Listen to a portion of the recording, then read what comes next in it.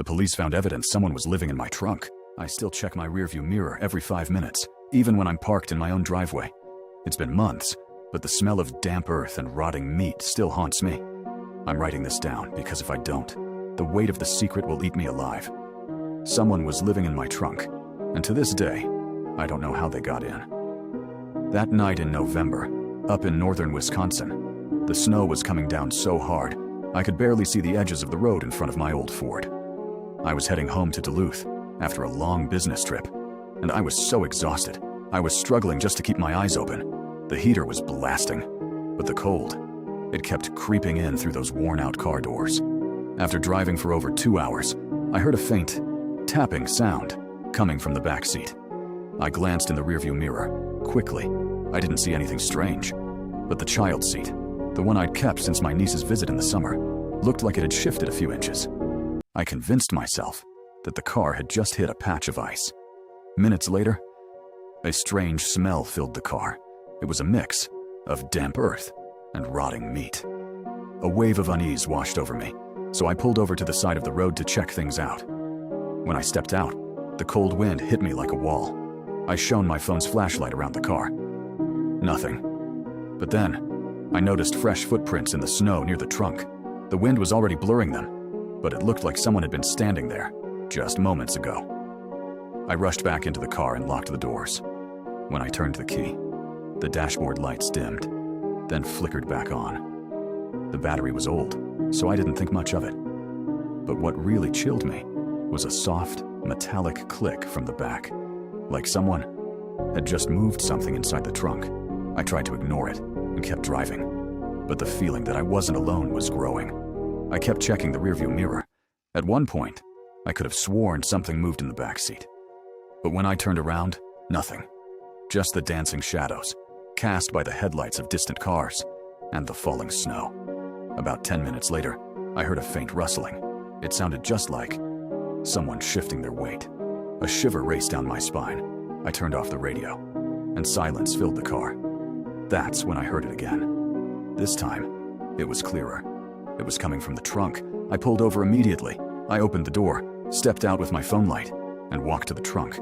I was terrified to open it, but curiosity and fear pushed me. I lifted the latch. I didn't find a person or an animal, just an old metal toolbox that had slid around, banging against the sides with every turn.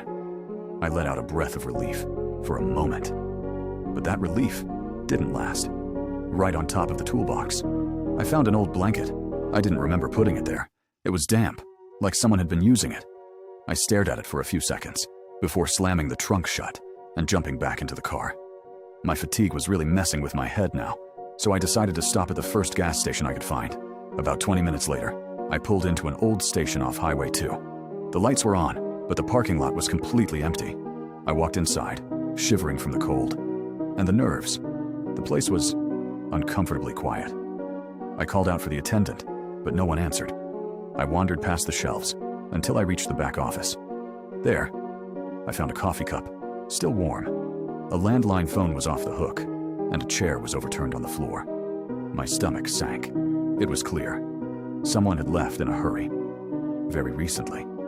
I pulled out my phone to call the police, but the signal was dead.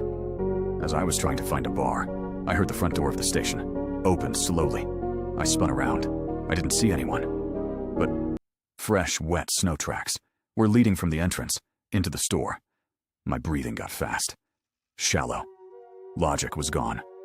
I started backing up until I hit the glass drink cooler. That's when I saw it, in the reflection of the glass.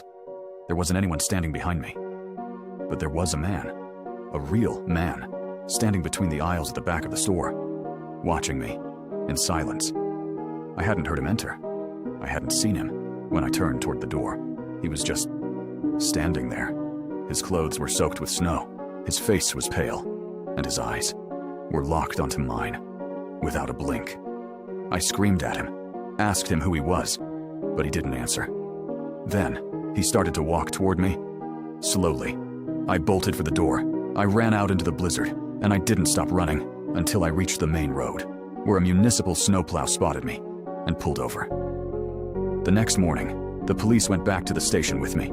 They found footprints, both inside and outside the building, but they never found anyone. One of the officers told me that the station had been broken into several times over the past few weeks by an unknown man who had been hiding in abandoned buildings during the storms. They didn't know if it was the same man I saw. But for me, I can't get one thing out of my head. When the police opened my trunk to check it again, they found that old blanket, and it had fresh food scraps inside and a water bottle, half empty. Someone had been inside my car at some point that night, and to this day, I don't know when they got in or when they got out.